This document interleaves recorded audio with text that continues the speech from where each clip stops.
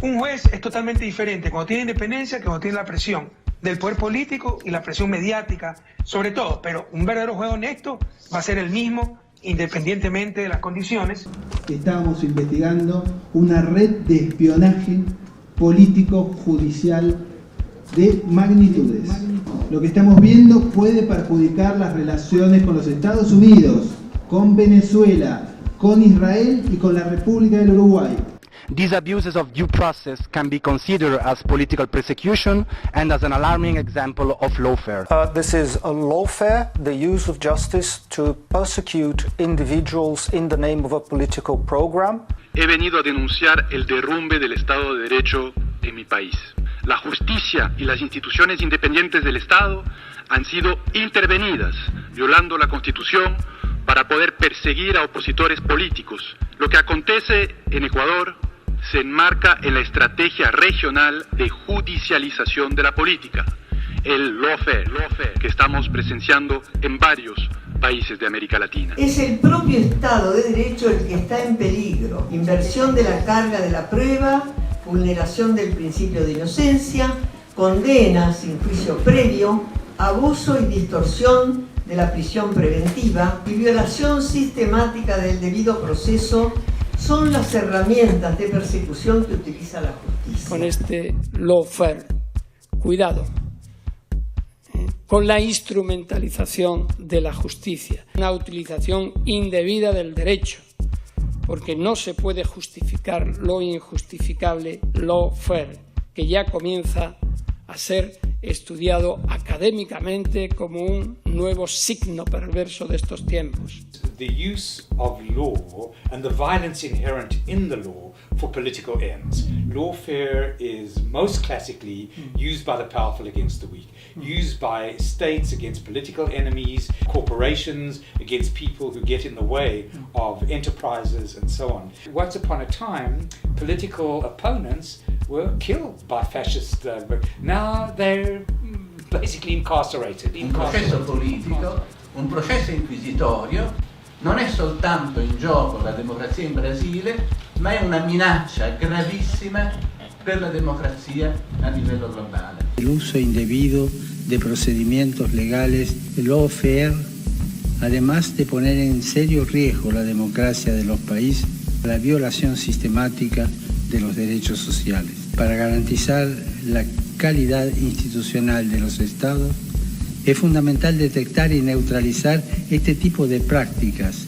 que resultan de la impropia actividad judicial en combinación con operaciones multimediáticas paralelas. The rule of law is applied selectively. The matter here is not corruption itself.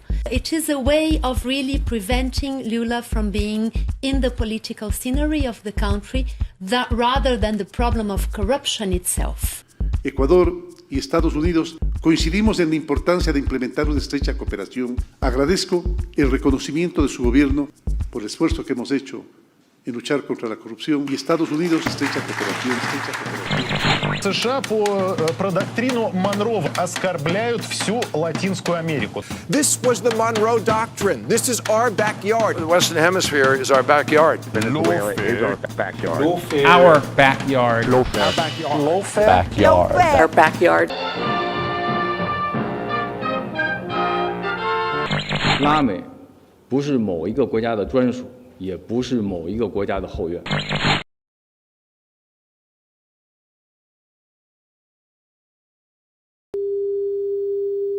La conspiración política, judicial, mediática y económica que tiene por objeto la consolidación de un modelo político de dependencia. Sí, claro. Usan la ley del arrepentido para delinquir, para extorsionar, para que nombren a cualquier funcionario del gobierno anterior.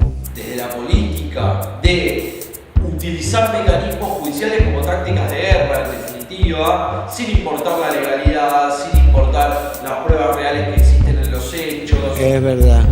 Sin importar la legalidad. Esto de judicializar la política en cada uno de los países de Latinoamérica donde hay movimientos populares que pueden expresarse, esto de usar los medios de comunicación. para el desprestigio. Los que mejor se llevan con nosotros. Con Canal 13 lo llevamos bien siempre. Canal 13 en todos los órdenes. Sí, en todos los órdenes. Discusiones que realiza en asuntos internos de la República Argentina el propio embajador de Estados Unidos, Prado. Explícanos a los abogados defensores, a los fiscales y a los magistrados qué tienen que hacer, cómo lo hacen más mejor. Invitamos a todos a volver a una época dorada para ambos países. Planteaba que su intención era continuar trabajando con los abogados y jueces de la Argentina. My intent is to continue working with the lawyers and the judges of Argentina in improving the judicial system and strengthening the confidence the people have in the judicial system. Será por eso que la Embajada de Estados Unidos traslada en sus vehículos a los arrepentidos a la Fiscalía de Stornelli. Después como embajador, cooperación judicial, sortos de Odebrecht, ahí va a poder ayudar a este juez. No tengo la protección de la toga y el martillito. Vamos a ver cómo me va. El Ejecutivo Nacional, del Congreso y del Poder Judicial, miembros de la Fuerza Armada y la Seguridad, autoridades provinciales y municipales. No les puedo decir qué va a ser esa palabra, pero les voy a dar un visto. A type of asymmetrical warfare that I call lawfare, of using law or misusing law as a substitute for traditional military means to achieve a military objective. I've been down to Colombia a couple of times, and they call this judicial war down there. They built a different terminology. I call it lawfare. They call this judicial war down there. I call it lawfare. El neoliberalismo en su fase de terrorismo de Estado, terrorismo de Estado, terrorismo de Estado.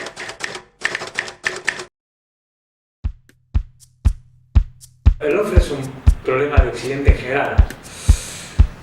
No quiero hacer genealogía del lawfare porque no soy un experto, pero por lo menos estamos hablando de 15 años para atrás mínimo. Es el uso de la ley, del orden jurídico para destruir una persona. Usar la ley fuera cualquier tipo de componente moral o de sustrato ético, simplemente como una especie de herramienta que puede utilizar, como si fuese un martillo que intenta el poder. Lawfare. ¿Qué es eso? Es una guerra jurídica, directamente. Un pensamiento militar. Apareció por primera vez en 1999. Fue escrito por dos oficiales del Ejército de Liberación Popular de la República Popular de China. Este concepto fue integrado a la doctrina militar estadounidense a partir del 2001. El lawfare lo que plantea es que hay una fuerte intervención del Poder Judicial o de la mal llamada justicia. Es difícil llegar a una conclusión, pero me parece que la constante en este caso es el poder que han cobrado aquellos poderes, valga la redundancia, aquellos poderes judiciales que no fueron transformados durante los gobiernos progresistas en estos últimos años. Para nosotros el lawfare es la utilización del sistema judicial para la persecución, desacreditación y deslegitimación de líderes que están en este momento cursando, digamos, en el Ecuador toda esta persecución por el hecho de haber realizado cambios trascendentales para su pueblo y haber afectado los intereses de las oligarquías. Sí, hoy se llama esto lawfare, pero era porque usamos nombres anglosajones. Estos son los 11 principios de Goebbels. Métanse en internet, busquen Goebbels, 11 principios y van a ver que es esa técnica, es la misma técnica, solo que con una tecnología más refinada, que hubiera sido la locura de Goebbels, ¿no? Era entusiasmado, estaría contentísimo Goebbels con esto. Por suerte no tuvo esa tecnología a su mano. Yo diría que el lawfare se traduce en un desvío en la aplicación de la ley, en la actuación de las distintas instancias judiciales, en pos de objetivos ilegítimos, en pos de algún interés político, de un objetivo político, que bajo ningún aspecto puede entrar en la órbita de quienes tienen que aplicar la ley. Nosotros hemos vivido grandes desvíos en la actuación de jueces, de fiscales, de abogados, peritos, en fin, un sinnúmero de actores relevantes de un proceso penal que muestran actuaciones sumamente irregulares, pero que hay que sumar también la responsabilidad que en todo esto le cabe al periodismo, al Consejo de la Magistratura, a los servicios de inteligencia y últimamente también me parece a mí a los espacios académicos. Vivimos en América Latina una necesidad de reflexión otra vez sobre las funciones o los objetivos de funcionamiento de los tres poderes del Estado. En Brasil esa situación es clara, en una crisis de los poderes legislativo y del ejecutivo por lo que hemos tenido en 2016, la transición en el impeachment de Brasil. La crisis de los dos poderes amplía el proceso de destinación de la política hacia el poder judicial, inclusive por un activismo que es también mediático del poder judicial, de salvar o salvaguardar los problemas de una sociedad. Entonces el Poder Judicial pasa a ser una especie de contenedor, de salvador, ¿no?, de los problemas de una sociedad. Y eso es muy peligroso, El concepto de lawfare es complejo y tiene diferentes concepciones según quien lo pronuncie, la pertenencia regional, el momento histórico y el punto de vista ideológico, entre otros factores.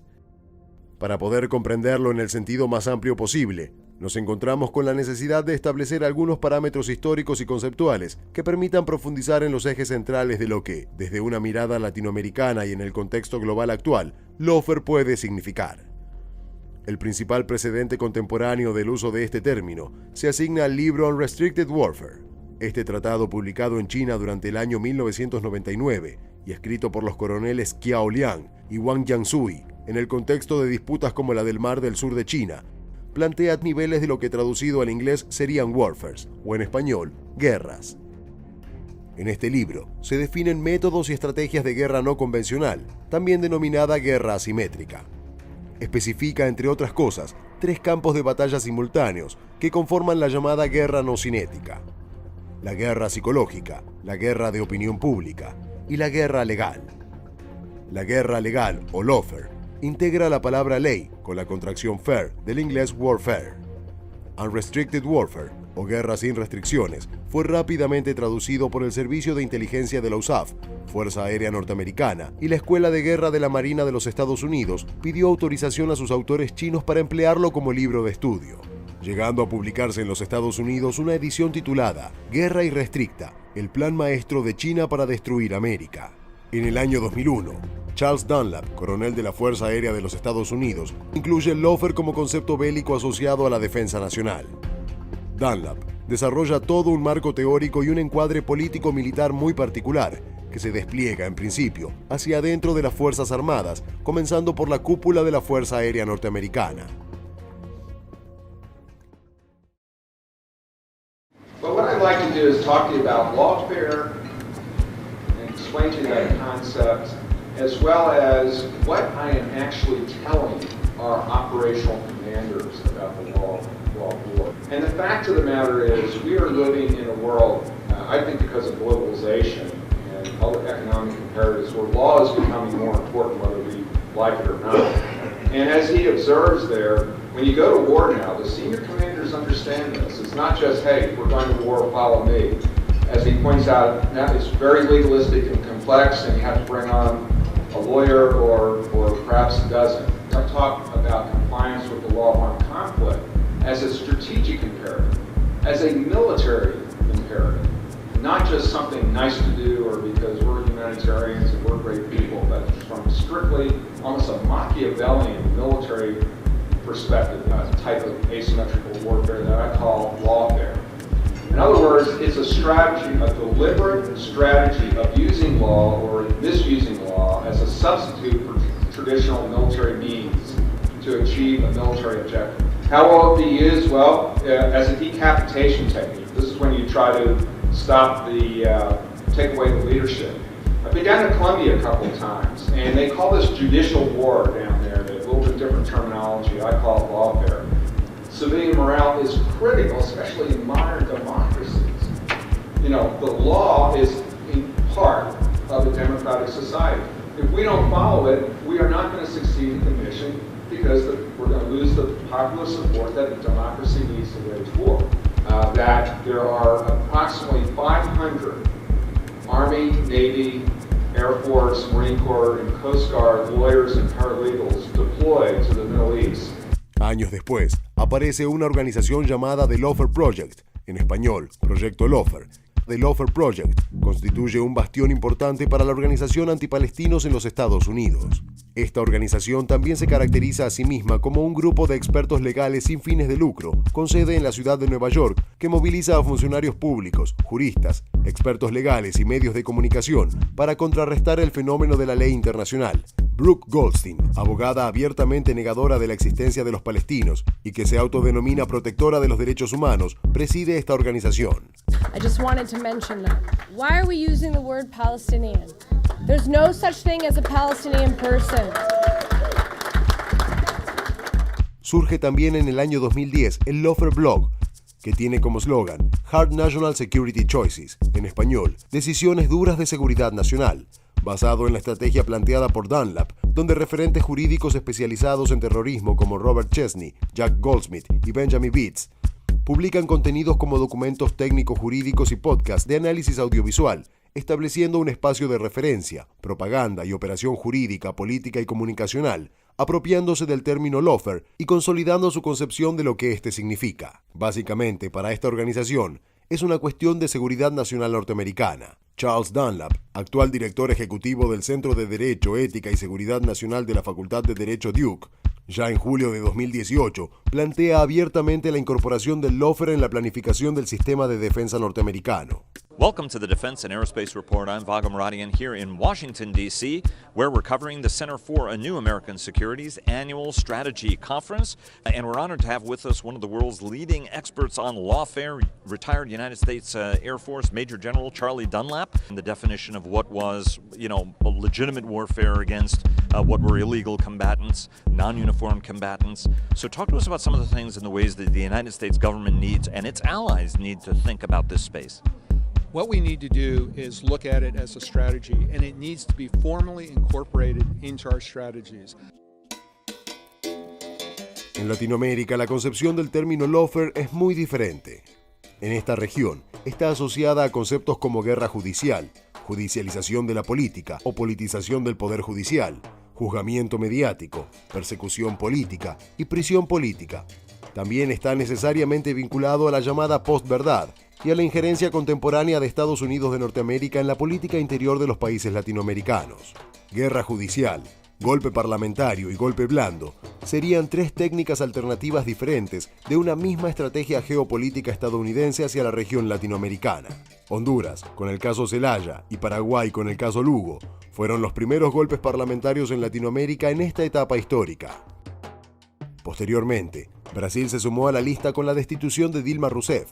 Venezuela, en cambio, seguido por Nicaragua, encabezan la lista de golpes blandos en proceso. En cuanto a la guerra judicial, Brasil, Argentina y Ecuador son los principales integrantes de la lista.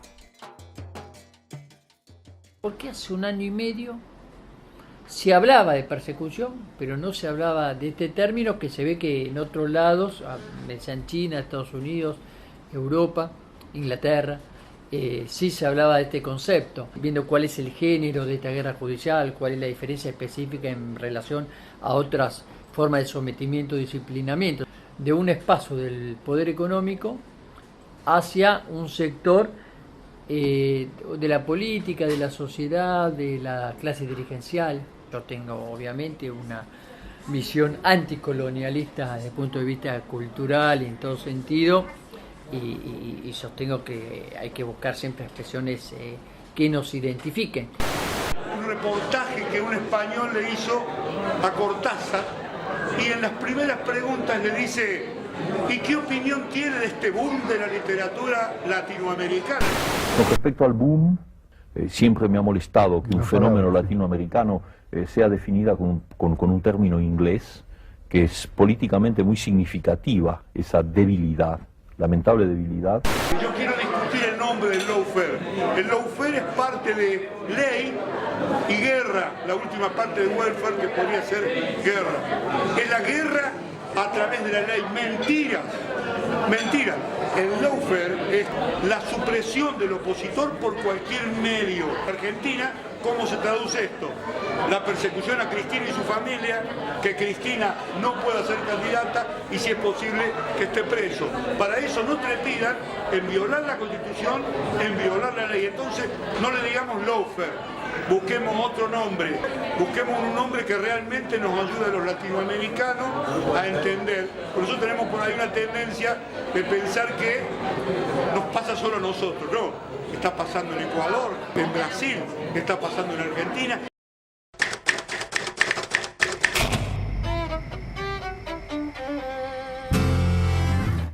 El lawfare funciona con todos los poderes de la democracia. Los formales, que son el poder ejecutivo, el judicial y el legislativo, pero también los informales, ¿no? Que para nuestras democracias es el cuarto poder. Los medios, la prensa. Es central, es fundamental. ¿Por qué? Porque necesitan consenso para poder aplicar esa política. De lo que se trata el lawfare es de no aplicar la justicia, de desconocer la justicia, pero usar herramientas del Poder Judicial apoyados por el consenso que se logra con los grandes medios y en algún momento usan el Poder Ejecutivo, como en el caso de Brasil. Primero usan el Poder Legislativo, un impeachment, los medios haciendo una campaña muy pero muy fuerte en contra de Lula y de Dilma, que culmina con la detención de Lula. ¿Cómo? Con los medios de comunicación, consiguiendo primero consenso para después ir aplicando las políticas. No se ven los misiles, pero se ve todo lo que es la construcción mediática y cómo te manejan una guerra abierta, controlando toda tu información. Esta es la revista Bella que salió 48 horas antes de las elecciones, cuando había veda electoral, 1 millón de ejemplares, con todas conjeturas e hipótesis, no había una acusación concreta sobre estos dos referentes, pero había que generar un fondo de sospecha, prácticamente como si fuese un prontuario. Los militantes, en lugar de repartir los volantes del Partido Socialdemócrata de Brasil, repartían esto, es decir, la tapa de esta revista. Son las cuestiones éticas del periodismo, la información que le van dando los servicios y el propio gobierno para tratar de desprestigiar un gobierno que ya pasó, pero a la vez para tratar de justificar todo lo que no se hace por parte de este gobierno. Y para poder aplicar el lawfare tienen que poner un control sobre la mayoría de los medios de comunicación. Y hay un tema fundamental en todo esto, que es que sobre todo en los últimos 25 años la verdad como valor periodístico ha desaparecido. Nosotros hablábamos antes, ya no es importante lo que pasó, sino lo que la gente cree lo que pasó, independientemente de que esto no sea cierto. Todo se manipula, todo se maquilla, todo se transmite con complicidad de los grandes monopolios de la comunicación y las corporaciones de la comunicación, en la que prácticamente se está justificando la violación de derechos humanos con tal de ceder a los intereses del gobierno de Estados Unidos nuevamente por la hegemonía sobre nuestra región. Pasa en la Argentina, donde el peso, por ejemplo, del Grupo Clarín y sus aliados es central, ocupan más o menos, tienen el 80% de los medios de la Argentina. Pasó en Brasil, donde el Grupo Globo, como el grupo de los medios, dominaban también cerca del 80% de los medios, y pasó en Ecuador, de una característica muy interesante, los bancos, el poder financiero manejando los medios de comunicación. Los medios de comunicación que atacan al presidente Rafael Correa, al vicepresidente Jorge Glass y en este momento también a Ricardo Patiño, nuestro ex canciller, son básicamente los medios televisivos, Teleamazonas, Ecuavisa, las principales cadenas que atacan, y también los medios impresos que se concentran en El Comercio de Quito y El Universo de Guayaquil, que medios de comunicación que vienen a sustituir los partidos políticos, porque los partidos políticos de derecha ya no ganaban más elecciones. Se pasó casi 20 años sin que ellos pudieran ganar elecciones. Los partidos son sustituidos por las empresas de comunicación, que a su vez reciben la información de fiscales y jueces. Casi siempre es un fiscal y un juez, en el caso de Argentina, en el caso de Brasil, en el caso de Ecuador, que actúan concomitantemente para generar supuestas pruebas que al final no son siquiera presentadas en los juicios, porque si no hay prueba, si no hay corrupción, apenas se satisface un relato, se cierra el circuito de un relato posible de corrupción. La sociedad civil no reacciona a este tipo de atropellos, porque no solo es difícil de entender lo que pasa, pero existe un bloqueo mediático muy profundo que no permite investigar. Los medios de comunicación privados, los periodistas no van a fondo y no tienen la valentía, porque los dueños tienen los compromisos con los poderes fácticos de demostrar de que no existe la sustentación para la condena del presidente Lula, la presidenta Cristina, el presidente Rafael Correa, el vicepresidente Jorge Glass. Entonces ahí se sustenta ese paralelismo en los tres casos entre Brasil, Ecuador y Argentina. El uso de las leyes en forma ilegal para perseguir políticamente a un adversario, para descalificarlo, para desprestigiarlo con falsas acusaciones. La parte principal, por supuesto, es la pata judicial, pero no podría existir esa pata judicial si no hubiera una repercusión a nivel de la opinión pública muy fuerte. Porque el lawfare es una especie de linchamiento público. Es juzgar a una persona o condenarla sin pruebas. Primero la desinformación. El medio de comunicación tiene tanto poder frente a las masas, a la gente, que puede calumniar impunemente. Tercero, la difamación, la coprofilia, ¿no? Literalmente amor a la caca, El diario Clarín informa un año antes cómo va a salir una pericia que se le encarga a Gendarmería. Los servicios de inteligencia además hicieron acuerdos estratégicos con medios de comunicación, llevando adelante operaciones. Y tenemos un montón de jueces, fiscales, defensores y miembros del Poder Judicial fueron designados no solo con el beneplácito de algunos sectores de inteligencia, sino a pedido expreso de ellos. Basta de los torquemadas, tenemos que reaccionar. ¿Y sabe con qué hay que reaccionar? Con la cabeza. Los medios de comunicación son una herramienta decisiva. ¿Por qué una persona, en este caso la expresidenta, es tema en todos los programas de televisión de algunos periodistas que sabemos para quiénes trabajan y cómo lo hacen, y otro ni por error? Bueno, yo hablo de mi país, de los otros no puedo hablar. Hay un monopolio mediático, los medios provocan un linchamiento de determinada persona, determinado grupo, determinado sector, se convierte en un estigma. El estigma puede ser el kirchnerismo, el estigma puede ser el garantista, condena pública. Medios monopólicos implican creación de realidad única. Una sociedad plural no puede tener un monopolio de medios de esta naturaleza. Eso es incompatible con una democracia plural, ¿no? Tratará de hacer el lawfare un sector, pero otro dirá que no. Bueno, necesitan una casta de parias para que todos los demás se sientan superiores. Y acá se inventa una casta de parias. Poner distancia del negro de la villa para identificarse con la mesa de Mirta Legrand, digamos, ¿no?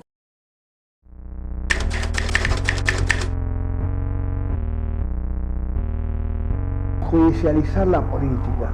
Una parte de la justicia, que es un poder distinto, de un poder que tendría que ser independiente, hoy es instrumento de quienes gobiernan para precisamente hacer operaciones políticas que no tienen ningún argumento, que es una medida que jurídicamente está totalmente vacía. El caso de Bonadío para mí presenta esta particularidad. Esto es público porque lo contó el periodista que comenzó con la investigación. Él le lleva sus conclusiones al doctor Stornelli. El doctor Bonadío, en vez de mandar a sorteo las actuaciones y garantizar a las partes que el juez que iba a intervenir había llegado a ese expediente por azar, se lo quedó él en un contexto muy particular. Claro que hay una enemistad de Bonadío con el kirchnerismo en general y con la doctora Cristina Fernández de Kirchner en particular, lo que en términos coloquiales nos presenta una situación que alguien está siendo juzgado por su enemigo y ahí no hay ninguna esperanza de nada. El Poder Judicial en términos de persecución política es absolutamente funcional al poder de turno. No hay antecedentes, por lo menos no en el tiempo reciente, de que haya habido una persecución penal, legal, seria contra funcionarios mientras detentan el poder. El único caso más o menos registrado en los últimos tiempos fue el del ex vicepresidente Amado Boudou, quien fue perseguido penalmente, fue investigado penalmente mientras estaba en ejercicio de esa función. Pero en el resto de las causas, en la mayoría, las causas están dormidas mientras el gobierno que está en el poder conserva, aunque sea mínimamente, ese poder. El poder judicial no es independiente del poder político, ni con este, ni con el anterior, ni con ninguno de los gobiernos. No ha ocurrido eso como una situación que está contemplada en la Constitución. Entonces el Poder Judicial termina siendo funcional a los intereses del nuevo gobierno, al cual no investigará hasta tanto deje el gobierno. Bueno, hay una sospecha muy grave sobre la posibilidad de manipular el sistema informático que sortea las causas, ¿no? Que es una duda con la que nosotros no podemos convivir. Si esta posibilidad fuera cierta, sería escandalosa. Que ya, prescindiendo de cualquier sutileza, presentan a un juez ignorando derechamente cualquier regla de atribución de causas, o abogados llevándole un caso directamente a un juez o a un fiscal sin pasar por la sala de sorteos. Esto te diría que es, grosso modo, la forma más tradicional de elegir un juez. El forum shopping es una expresión que viene del derecho internacional y que tiene que ver con elegir un tribunal. En el derecho internacional, cuando uno elige un tribunal, está eligiendo la ley que se va a aplicar a su caso. En la interpretación nuestra del forum shopping es mucho más sencilla y mucho más patética, porque no estás eligiendo la ley que se aplica, sino el funcionario que la va a aplicar. También hemos visto que una vez que se seleccionó un juez, se hacen maniobras de prensa, operaciones políticas para desplazarlo. En nuestro país y también en Brasil se presentan características similares respecto del llamado activismo judicial. A partir del año 94, por lo menos en Argentina, donde se sustancian constitucionalmente derechos colectivos, se introduce una herramienta que es el amparo en la Constitución Nacional, ¿no? Una herramienta de pronta ejecución de esos derechos. Entonces, eso empezó a instalar en el Poder Judicial el conocido activismo judicial, que tenía que ver con que la justicia salía un poco de molde para ir a garantizar esos derechos. Esta misma metodología del activismo judicial se ideologizó, vamos a decirlo de alguna manera, y tomó el rumbo de operar en el marco de esta tríada destituyente. Es decir, con este mismo método de salirse un poco de molde el Poder Judicial y avanzar tal vez sobre aspectos propios del Poder Ejecutivo, lo hizo para obturar las políticas de un gobierno popular, o lo hace hoy para perseguir a la oposición política, o para incidir y tomar partido en las decisiones de gobierno, como por ejemplo el caso de Dólar Futuro. Ese recorrido que fue haciendo la justicia nos deja hoy en esta situación donde efectivamente tenemos que revisar si el activismo judicial siempre está mal, o si el activismo judicial está mal cuando opera en el marco de esta tríada, en el marco del lawfare. ¿Qué pasa con el Poder Judicial cuando va más allá de sus funciones y entra en las funciones políticas y democráticas de otro poder? El Poder Judicial está cuestionado por no cumplir su función de garante de una Constitución, de los pactos internacionales de derechos humanos, por permitir, por su silencio o por su activismo selectivo político, que haya retrocesos de derechos humanos. A lo largo de la historia, la evolución político-institucional de los estados nacionales en América Latina, ¿está bien?, se caracterizó por cierto grado de debilidad desde el punto de vista institucional, y cuando uno habla del Poder Judicial, en muchos países de América Latina, en la mayoría de los países de América Latina, ese Poder Judicial, lejos de ser independiente, claro, termina siendo funcional a la estructura de poder. Eso lo estamos viendo hoy con mucha claridad en Brasil, lo que es la persecución al presidente Lula.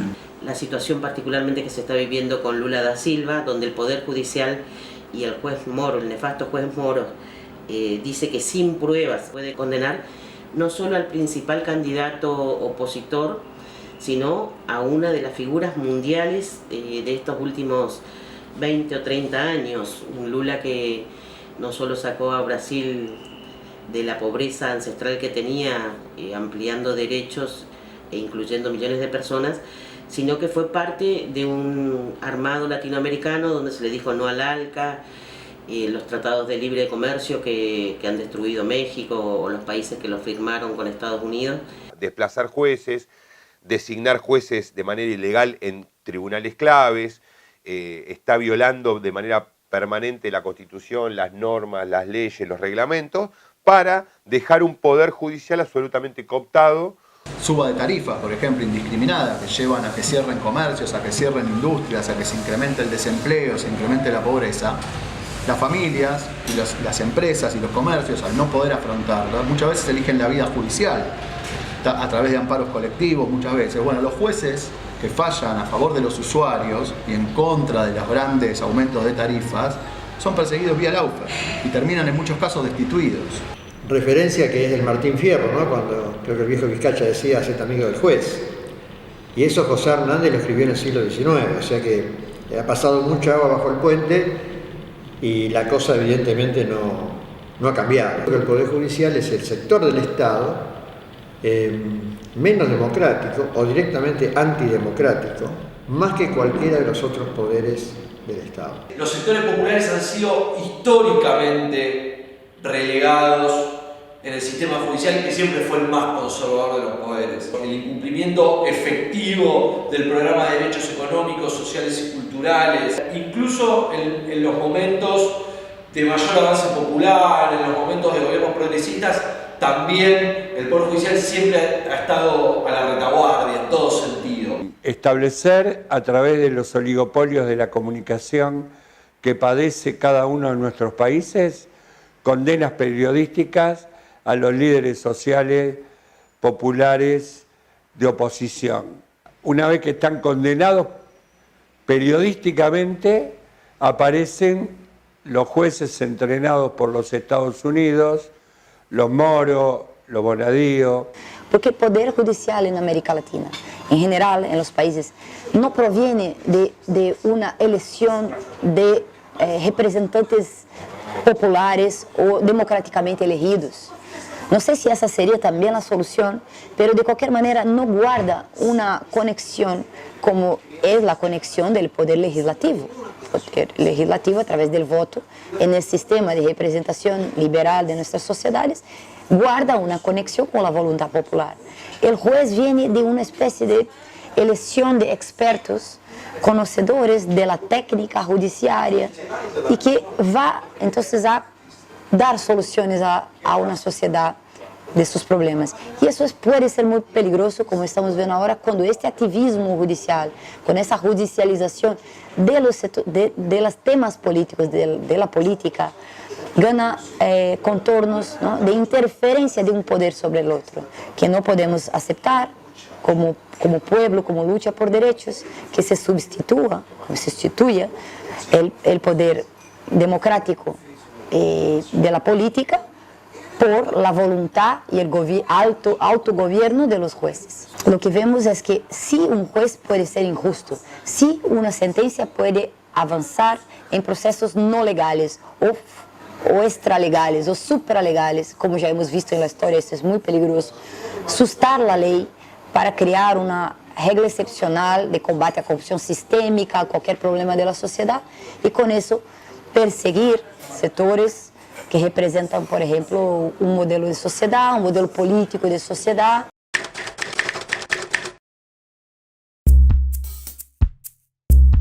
That is the difference between rule of law and rule by law. Rule by law is the use of jurisprudence to attack one's enemies and to control one's enemies, to control population. The notion that you judge people before they ever reach a court is rule by law. It is characteristic of autocracies, not of democracy. This is the junction in the road that Brazil seems just to have taken, to have moved from rule of law to rule by law. Lula, others clearly are being judged before a trial. That's deeply offensive, by the way, to any American sensibility. Say to anybody at Harvard, somebody should be judged guilty before they have a court hearing, and the media signs up fascism, and this is exactly what we're trying to avoid in a Trump administration. Me parece que en todo caso el lawfare es una parte de un esquema más amplio, que es esto que podríamos llamar un debilitamiento de las democracias en cuanto a sistema de representación y de participación de las mayorías y sobre todo del Estado de Derecho. Lawfare o la persecución, llevándose como una estrategia jurídica de intervención sobre las democracias, y por otro lado los sectores neoliberales que plantean en este momento los beneficios del endeudamiento, como en el caso de la bancada de Cambiemos en la Argentina. Siguen dirigentes políticos, dirigentes sociales. Argentina en estos últimos 30 años de democracia no había tenido tantos presos políticos o sociales sin causas o con causas armadas. Con presos políticos y sin garantías mínimas de transparencia es lo que estamos haciendo. Detener a funcionarios que tienen a su vez un doble propósito. Por un lado, generar impacto en la opinión pública, que se hable de esto, pero a la vez también garantizar las condiciones para proscribir políticamente a esos dirigentes. Confundir a la opinión pública al mismo tiempo que proscribir a los adversarios. Recolonizar nuevamente América Latina, o sea, cómo recuperar el control hegemónico político que tenían sobre América Latina antes que surgieran todos estos movimientos de desarrollo explosivo del ALBA, diríamos, de América, la patria grande, de la Latinoamérica para Latinoamérica, etc. Para recibir a Dilma Rousseff. ¡Lula! ¡Lula! ¡Lula! ¡Lula! ¡Lula!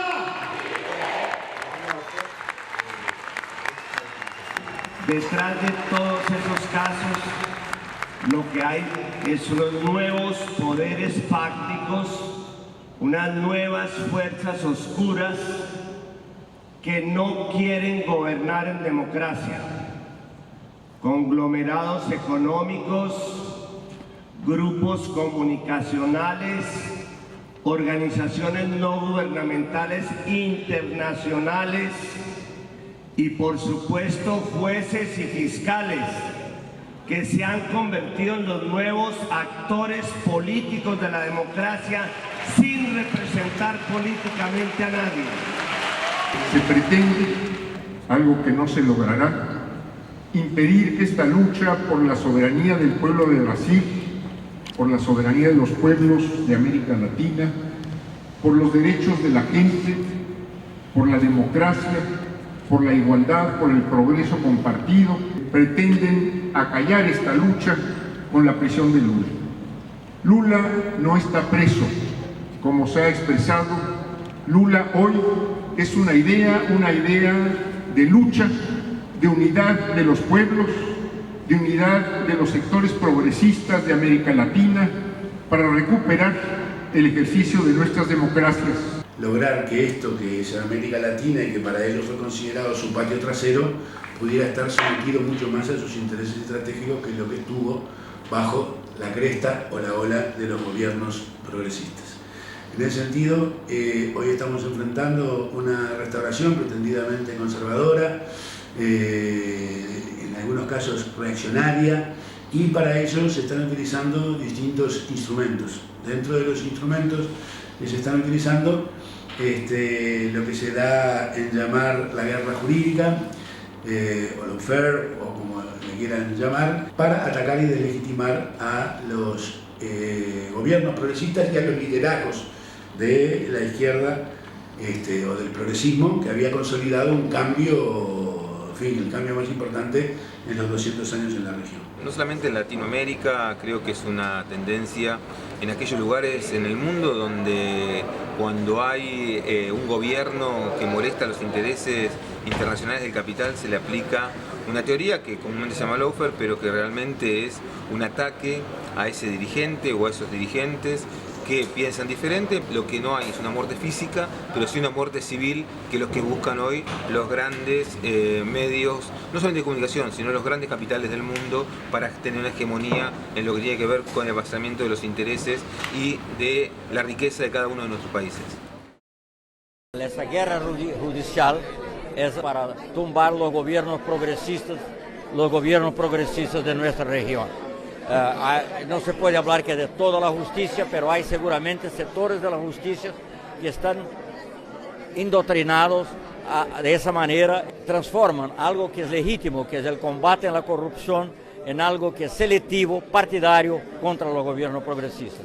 Y eso era para mantener el estado de nuestra región como un patio trasero de los grandes capitales internacionales. Patio trasero de los grandes capitales internacionales.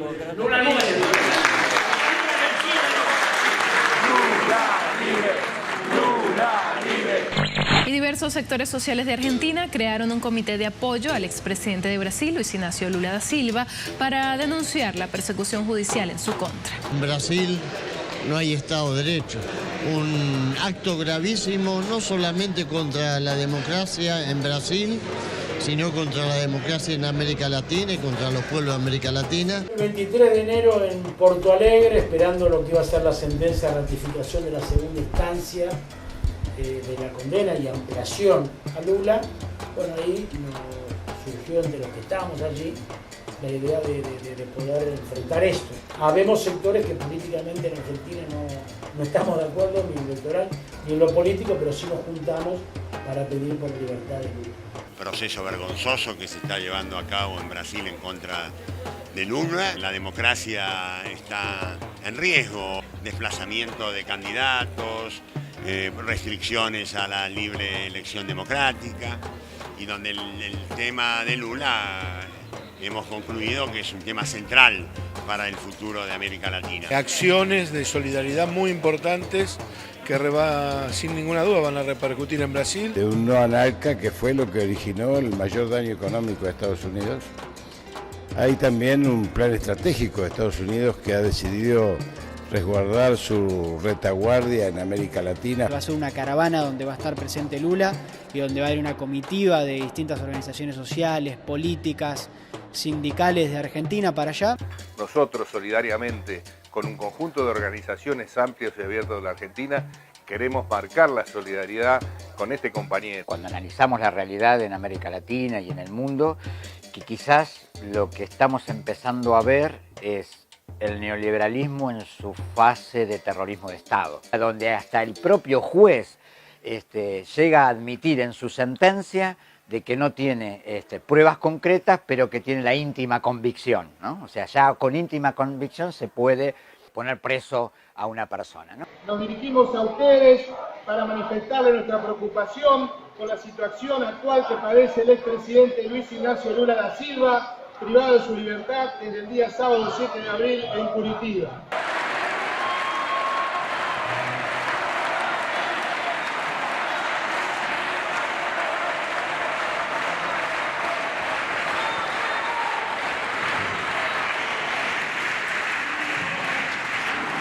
Lula inocente, Lula libre.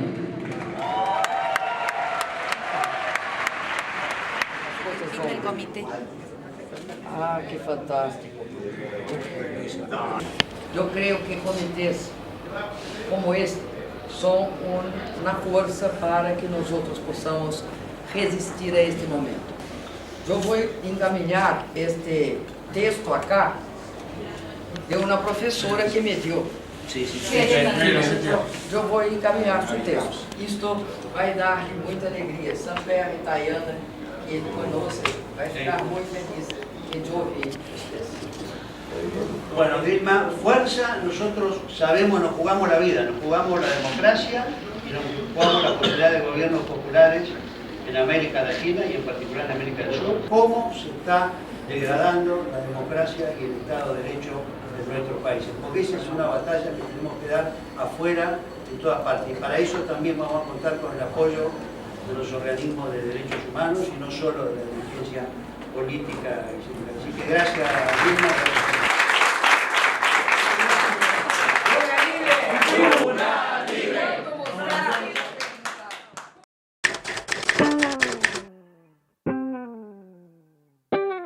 El lawfare no es solamente una persecución judicial a un líder político, es un vaciamiento de derecho general de la sociedad, mucho más que la simple persecución judicial, porque tiene, digamos, una consecuencia muy concreta sobre la vida de las personas. Políticas que tienen que ver con reducción de derechos, no solamente los derechos de protesta, que muchas veces también se ven interrumpidos por las persecuciones judiciales a líderes sindicales, sino también en los derechos concretos de las personas de a pie.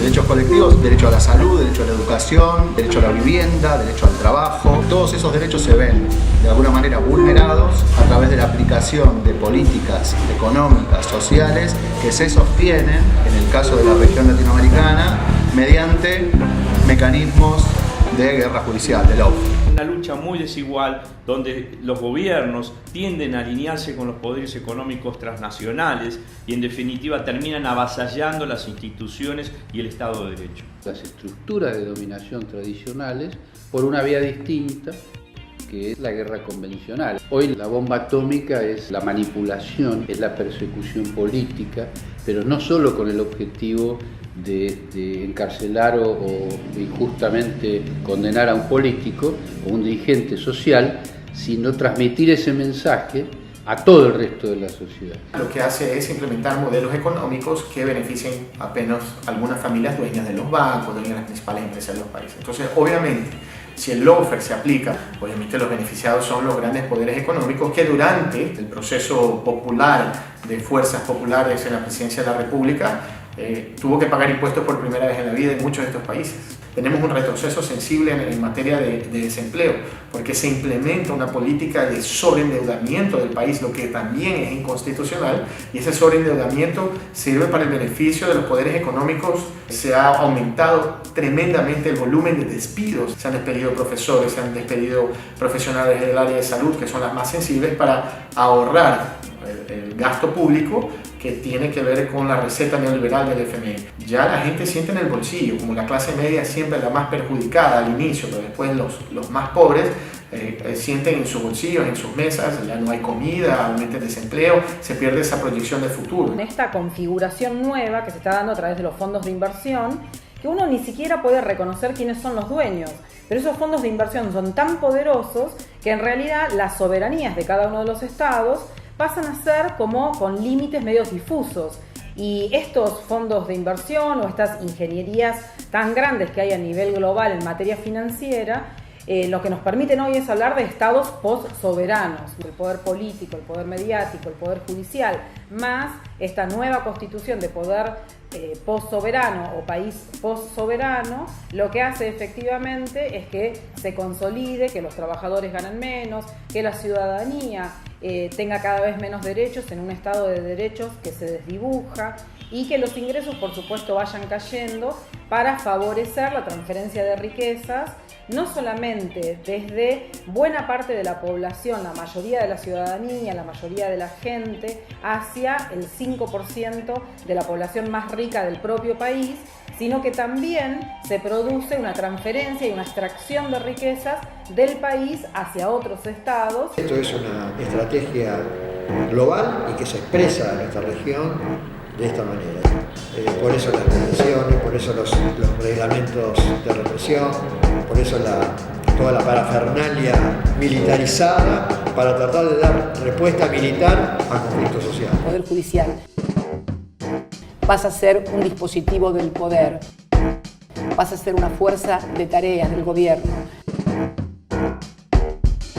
para disciplinar a la gente o para atacar a los líderes políticos. Eu ficarei preso 100 anos, mas eu não trocarei a minha dignidade pela minha liberdade. Eu quero provar a farsa montada. Atacar a farsa montada. Políticos. A farsa montada.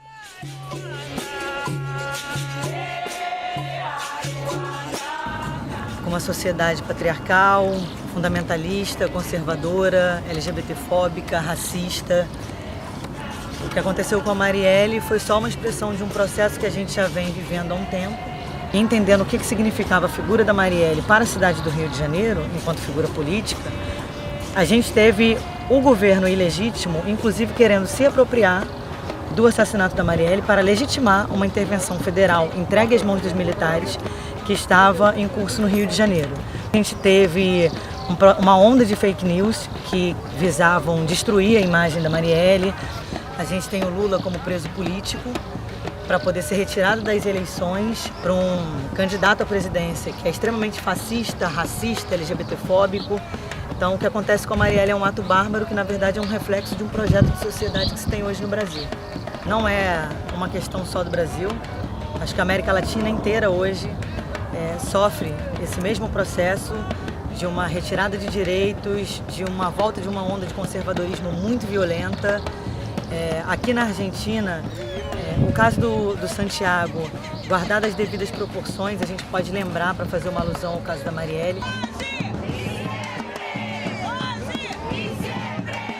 E são ambos casos de extrema violência, de assassinatos a defensores de direitos humanos, coisa que a gente não pode mais admitir, mas que é crescente na América Latina.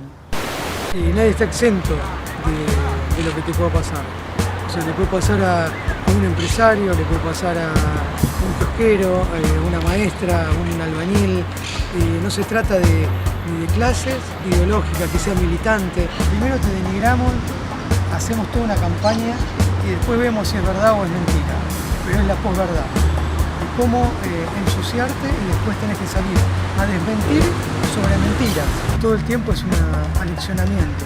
Por ejemplo, lo de Santiago, que fue a solidarizarse con pueblos originarios. Fue claro el mensaje. El que se mete con ustedes a solidarizarse le va a pasar esto. Y lo desaparecen a Santiago, repite tal vez lo que pasó en la dictadura. Y en esta época yo entiendo que no hace falta que desaparezcan a 30.000 personas, sino que con desaparecer a uno y darte un mensaje claro como el que fue con el Santiago, que en ese momento salieron a cuestionar a los organismos de derechos humanos, a los partidos políticos, diciendo que habían inventado un desaparecido, que tuvieran miedo, que la sociedad cuando salía a una marcha tuviera miedo de salir a manifestarse. Entonces con eso se fue logrando tratar de disuadir de que nadie reclamara lo que era justo. La persecución a Lula, el asesinato de Mariel Franco, que fueron todos casos probados, no es que, bueno, es algo dudoso, como el azar, es como a quien aparece y que se manifiesta en contra de su gobierno, directamente lo desaparecen o lo matan. Salieron amenazas con Nicolás del Caño y Miriam Bregman. Me hizo acordar que las amenazas que le hicieron a ellos fueron las mismas que me hicieron a mí el año pasado. Llegaban mensajes de diferentes lugares, de distintas características del país, con amenazas referidas a que no siguiera reclamando por Santiago. Tenemos que cambiar, es que si nosotros creíamos que la persecución judicial, el lawfare, la guerra judicial, el amedrentamiento, la persecución política es una cuestión de un dirigente, 2 dirigentes, 3 dirigentes, solamente estamos equivocados. Hay una relación directa entre esa persecución y toda la ciudadanía. Che, ciudadano común, vos que estás viendo televisión, escuchando radio, que decís no me interesa la política, eso van a hacer con vos, eso están haciendo y eso siguen haciendo hoy. El poder económico. Creo que a medida que van transcurriendo las barrabasadas en que se incurren los atropellos institucionales, el derrumbe institucional, la pérdida del Estado de Derecho, el fracaso de la economía que es inocultable, los 2 tercios se pueden lograr. Yo entiendo que ya la comisión de la Cámara de Diputados de Juicio Político tendría que estar convocando a quienes somos los denunciantes, por el fiscal que lleva adelante la instrucción, que es Federico Delgado, el hombre que más sabe sobre deuda externa en la Argentina. Desde noviembre del 2016 el fiscal viene insistiendo para que se hagan las primeras declaraciones indagatorias, que más del 85% de los fondos buitres eran de titularidad de Argentina, es decir, de los mismos que ascendieron al gobierno en el 2016. Y se ha colectado una prueba, a mi modo de ver, bastante determinante de esta titularidad, por lo tanto, negociaron en beneficio propio, como también ha sido en beneficio propio la emisión descontrolada de deuda externa, que en definitiva solo ha servido para la fuga de capitales, porque hoy están dadas las condiciones jurídicas fundamentalmente para el enjuiciamiento y remoción del presidente, jefe de gabinete de ministros y los ministros. Es inadmisible que una persona, una única persona, porque nuestro Ejecutivo es unipersonal, que gana una elección por un 1% de los votos, pueda endeudar el país en la forma en que lo ha endeudado en 3 años. Por sí, ante sí, sin pasar por el Congreso, sin control de nadie, sin acuerdo de nadie, porque se le da la gana a este señor. Es solo una cuestión de tiempo para que los funcionarios del actual gobierno, que tienen todas sus causas abiertas, vayan a ser investigados y eventualmente perseguidos penalmente, y presos también en el próximo gobierno, así cuando pierdan poder. Puede ser que el ciudadano común, con todos los problemas que tiene, se siente alejado de estas cuestiones.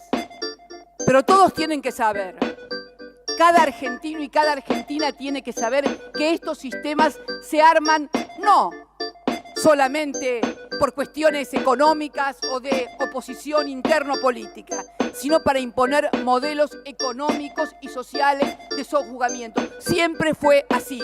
Era así en la dictadura. Siempre atrás de estos sistemas perversos y delincuenciales está la instauración de un modelo económico de despojo, de saqueo, de hambre y de miseria para el pueblo argentino. Me gustaría irme afuera, ¿no? Sobre todo si hay que darle un corte, ¿no? Lo que vos venías haciendo, y que la gente se olvide un poco de uno y uno comenzar una nueva vida. Un par de años así más afuera, ¿no? Hay 3 condiciones para la futura gobernabilidad. Es necesario desarmar el monopolio de medios, reformar la justicia. Y tercera, hacer una nueva constitución para prevenirnos de que no nos vuelva a pasar eso. Nos quitaron la única oportunidad, administran la tristeza cual empresa y no dan posibilidad. Acá queremos saber la verdad, aunque parezca mentira. Todas las mañanas la misma novedad. Cuántas fantasías forman esta realidad. En la pérdida y la búsqueda de partes en el todo se forma la identidad. Cada uno de nosotros somos esta gran humanidad. La fisura en la estructura es un problema de base. El conflicto es el reflejo del concepto de clase. Todo se vende más allá del envase. La producción mata todo lo que nace. La posta no se dice y hay que hacer lo que no se hace. Si hay que pedir, voy a pedir que no te pase. Mentira que hay personas incapaces. Hay gente que calcula porque saben que podrías darles clase.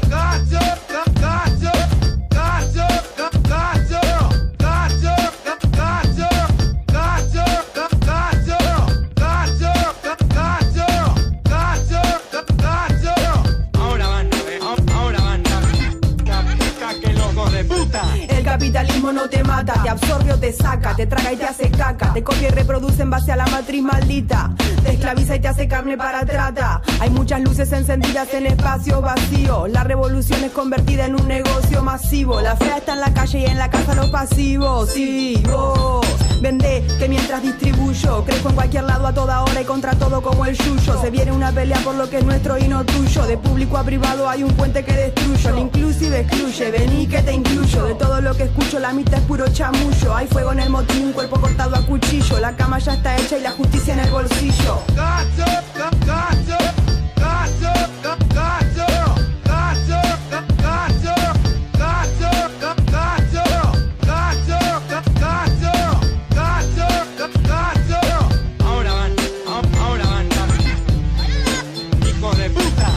Se vuelve consumo, la sociedad es el problema y el problema del problema es uno. Las necesidades que se crean son el piso de la farsa del comercio del humo. La reducción a símbolo de todo y a número de todos, todos contra todos, siempre todo mal con todo mal con vos, con tu nombre y tu apodo. Superproducción de niños para mano de obra esclava, cultura de cultura, comercio de la nada.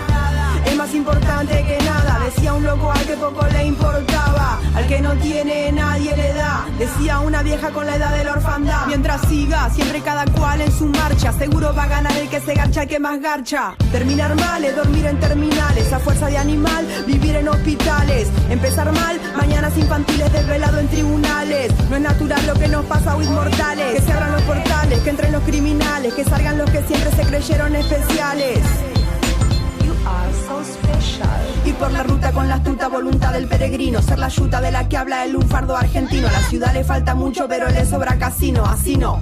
Armas multifunción, mecanismos entramados del estado asesino, las semillas de la tierra y el campo del campesino. Al pam pam y a hielo vino, soldados del pasado, guiso latino. No me van a marear, para variar, hay gente haciendo cola para pagar. Vos querés luquear, estás en todos lados, la querés pegar, ¿o no? No me van a marear, para variar, hay gente haciendo cola para viajar. Vos querés lupear, estás en todos lados, la querés pegar. La ansiedad es la madre del vicio, la profesión asesina del oficio, el negocio, la muerte del ocio. Soy una antena que recibe las fallas de este sistema y se oxida en un río sucio.